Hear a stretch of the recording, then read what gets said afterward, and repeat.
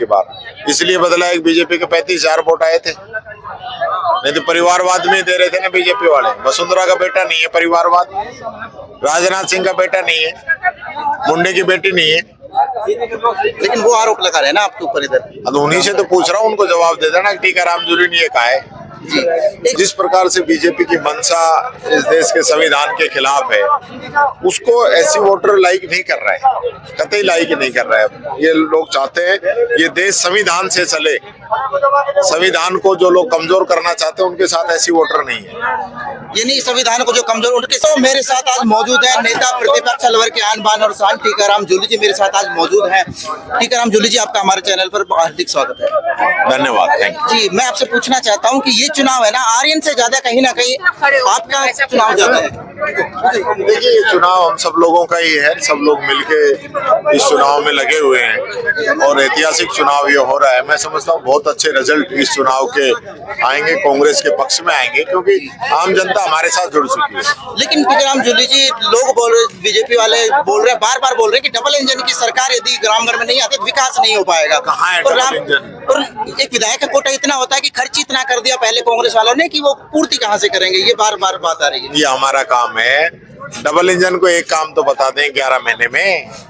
Double engine है तो नजर तो आना चाहिए ना। इनके इंजन जो है उल्टी दिशा में जुड़ गए, एक इधर चलता है एक इधर चलता है। ये हालत इस सरकार की हो रही है। लेकिन मैं बात कर लेता हूँ, सबका जो यहाँ पे बीजेपी हो चाहे कांग्रेस, सबका एससी वोटों पर पूरा ध्यान है। कल मैं बात कर लेता हूँ, कल भी यहाँ पर अर्जुन राम मेघवाल जी बीजेपी ने बुलाया और आप भी यहाँ पर तीन एससी वोटर के लिए आप तीन मौजूद हैं। आप तो यहाँ से अलवर की मिट्टी से जुड़े हुए हैं, आप किस प्रकार से एससी वोटों के लिए यहाँ पे? देखिए, मैं तो छत्तीस बिरादरी से अपील कर रहा हूँ, विशेष रूप से एससी वोटर्स के भी बीच में जा रहा हूँ।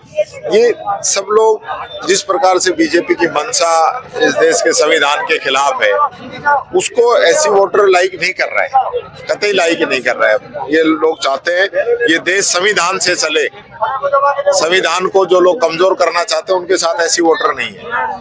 यानी संविधान को जो कमजोर, उनके साथ एससी वोटर नहीं है। लेकिन पिछली बार सुखवंत जी आसपास से चुनाव लड़ा, समाज पार्टी से, इस बार बीजेपी से चुनाव लड़ रहे हैं, तो क्या इससे प्रभाव पड़ेगा कि एससी वोटरों के साथ?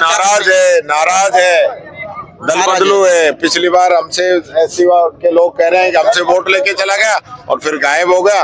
अब वो यहाँ और कैंडिडेट आई थी, वो भी अब बीजेपी में चली गई। तो बीजेपी को इलाज करना है, इसको सबक सिखाना है। और एक बीजेपी आप पे एक और आरोप लगा रही है कि कांग्रेस ने बार बार परिवारवाद उठा रखा है कि रामगढ़ में कोई और प्रत्याशी नहीं था, या बार बार कभी साफिया जुबेर, कभी जुबेर खान जी, कभी आर्यन जुबेर जी, बार बार इसी पे दाव खेल रहे हैं। क्या और कोई परिवार नहीं है? क्यों आहूजा जी इससे पहले लड़ रहे थे जब बीजेपी को ना दिखे? वो बोल रहे हैं ना कि इस बार हमने टिकट बदल दिया कहीं ना कहीं। नहीं, क्यों बदला है आपकी बार? इसलिए बदला है बीजेपी के 35,000 वोट आए थे, नहीं तो परिवारवाद में दे रहे थे ना बीजेपी वाले। वसुंधरा का बेटा नहीं है परिवारवाद, राजनाथ सिंह का बेटा नहीं है, मुंडे की बेटी नहीं है।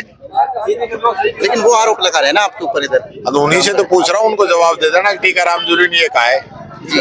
एक सवाल और पूछना चाहता हूँ कि यहाँ पर जो हिंदू मुसलमान का चुनाव रामगढ़ में लड़ा जा रहा है, बार बार किया जा रहा है कि हिंदू मुसलमान का चुनाव है।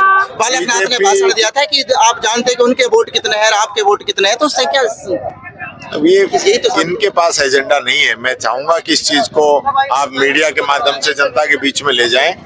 ये चुनाव कैंडिडेट के आधार पे, विकास के आधार पे लड़ा जाना चाहिए, न कि जाति और धर्म के नाम पे। जी। एक बात और लोग बोल रहे हैं कि यदि कांग्रेस की सरकार है नहीं, बीजेपी की सरकार है, यदि आप यहाँ से विधायक बन जाते हैं तो रामगढ़ में क्या क्या विकास कराएंगे आप? सरकार आपकी है नहीं तो क्या हो गया? तो सरकार नहीं है तो काम नहीं होंगे क्या?